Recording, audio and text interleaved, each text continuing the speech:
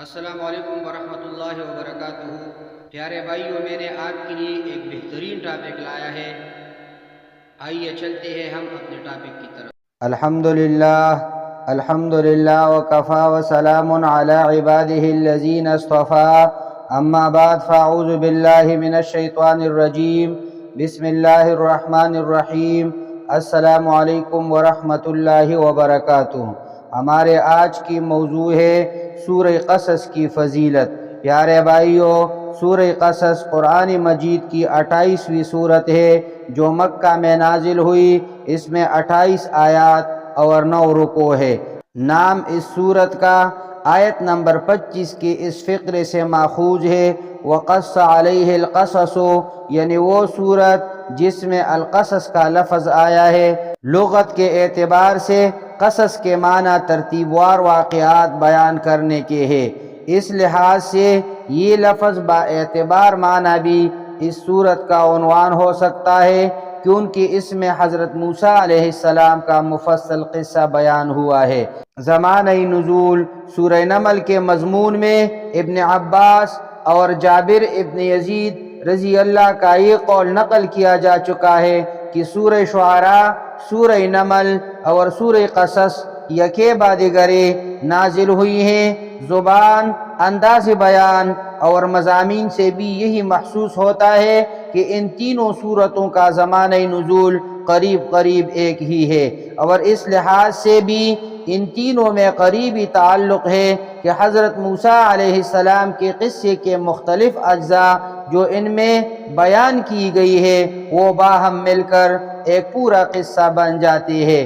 سورہ شعراء میں نبوت کا منصب قبول کرنے سے معذرت کرتے ہوئی حضرت موسیٰ علیہ السلام عرض کرتے ہیں کہ قوم فرعون کا ایک جرم میرے ذمہ ہے، جس کی وجہ سے میں ڈرتا ہوں کہ وہاں جاؤں گا تو وہ مجھے قتل کر دیں گے۔ پھر جب حضرت موسیٰ علیہ السلام فرعون کے ہاں تشریف لے جاتے ہیں تو وہ کہتا ہے، کیا ہم نے اپنے ہاں تجھے بچہ سا نہیں پالا تھا، اور تو ہمارے ہاں چند سال رہا پھر کر گیا جو کچھ کہہ کر گیا۔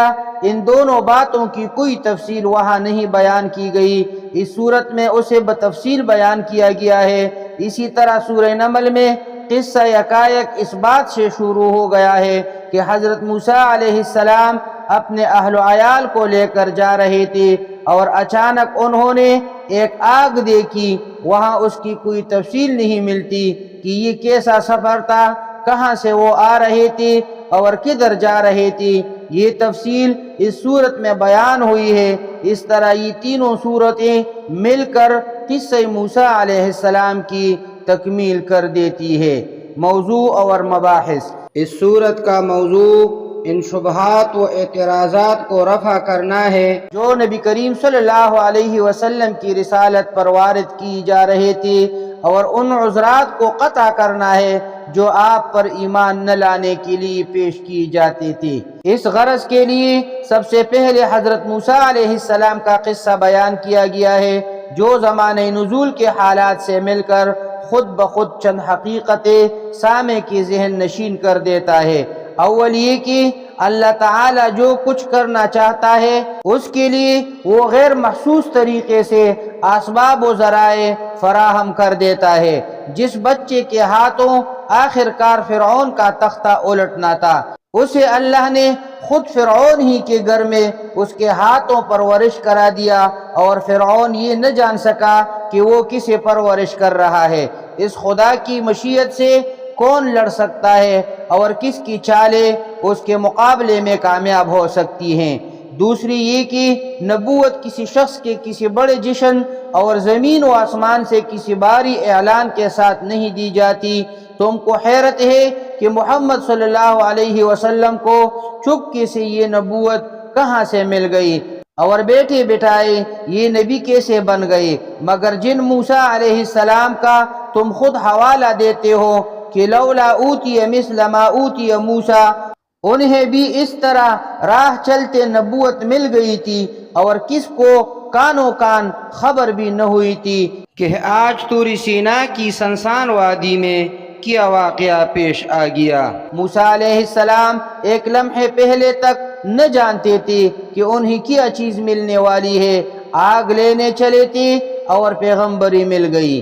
پیارے بھائیو، تیسرے یہ جس بندے سے خدا کوئی کام لینا چاہتا ہے وہ بغیر کسی لاؤ و لشکر اور سر و سامان کے اٹھتا ہے، کوئی اس کا مددگار نہیں ہوتا، کوئی طاقت بظاہر اس کے پاس نہیں ہوتی، مگر بڑے بڑے لاؤ و لشکر اور سر و سامان والے آخرکار اس کے مقابلے میں درے کے درے رہ جاتے ہیں۔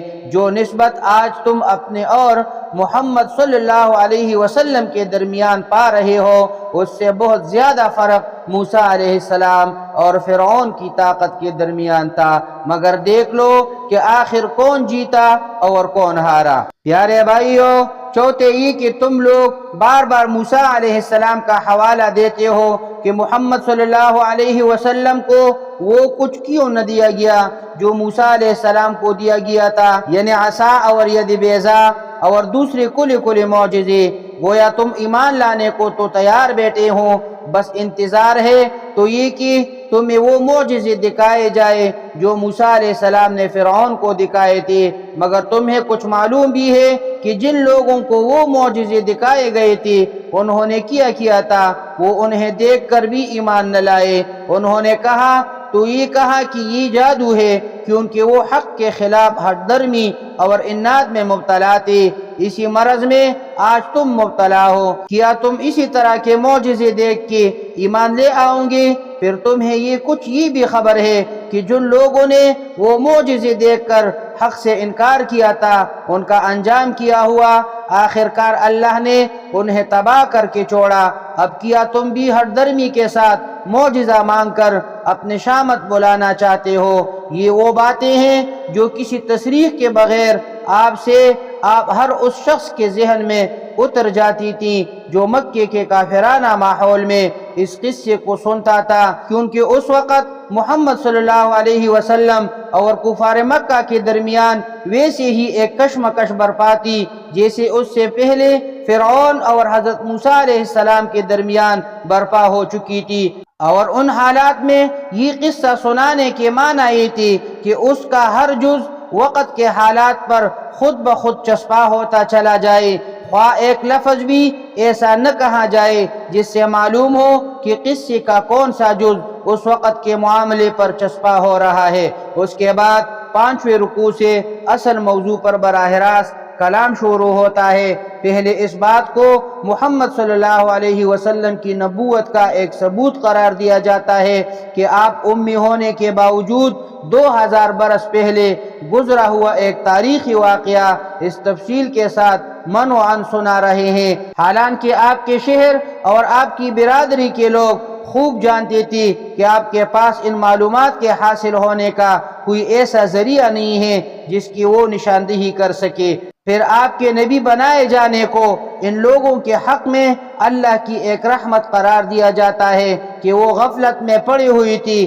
اور اللہ نے ان کی ہدایت کے لیے یہ انتظام کیا۔ پھر ان کے اس اعتراض کا جواب دیا جاتا ہے جو وہ بار بار پیش کرتے ہیں کہ یہ نبی وہ معجزے کیوں نہ لایا جو اس سے پہلے موسیٰ علیہ السلام لائے تھے۔ ان سے کہا جاتا ہے کہ موسیٰ علیہ السلام جن کے متعلق تم خود مان رہے ہو کہ وہ خدا کی طرف سے معجزے لائے تھے، انہی کو تم نے کب مانا ہے کہ اب اس نبی سے معجزے کا مطالبہ کرتے ہو؟ خواہشات نفس کی بندگی نہ کرو تو حق اب بھی تمہیں نظر آ سکتا ہے، لیکن اگر اس مرض میں تم مبتلا رہو تو خواہ کوئی معجزہ آ جائے تمہارے آنکھیں نہیں کھل سکتے۔ پھر کفار مکہ کو اس واقعہ پر عبرت اور شرم دلائی گئی ہے جو اسی زمانے میں پیش آیا تھا کہ باہر سے کچھ مسیحی مکے آئے اور نبی صلی اللہ علیہ وسلم سے قرآن سن کر ایمان لے آئے، مگر مکہ کے لوگ اپنے گھر کی اس نعمت سے مستفید تو کیا ہوتے، ان کے ابو جہل نے الٹی ان لوگوں کی کلم کلا بعزتی کی۔ اقول قولی ھذا استغفر اللہ لی ولکم ولسائر المسلمین۔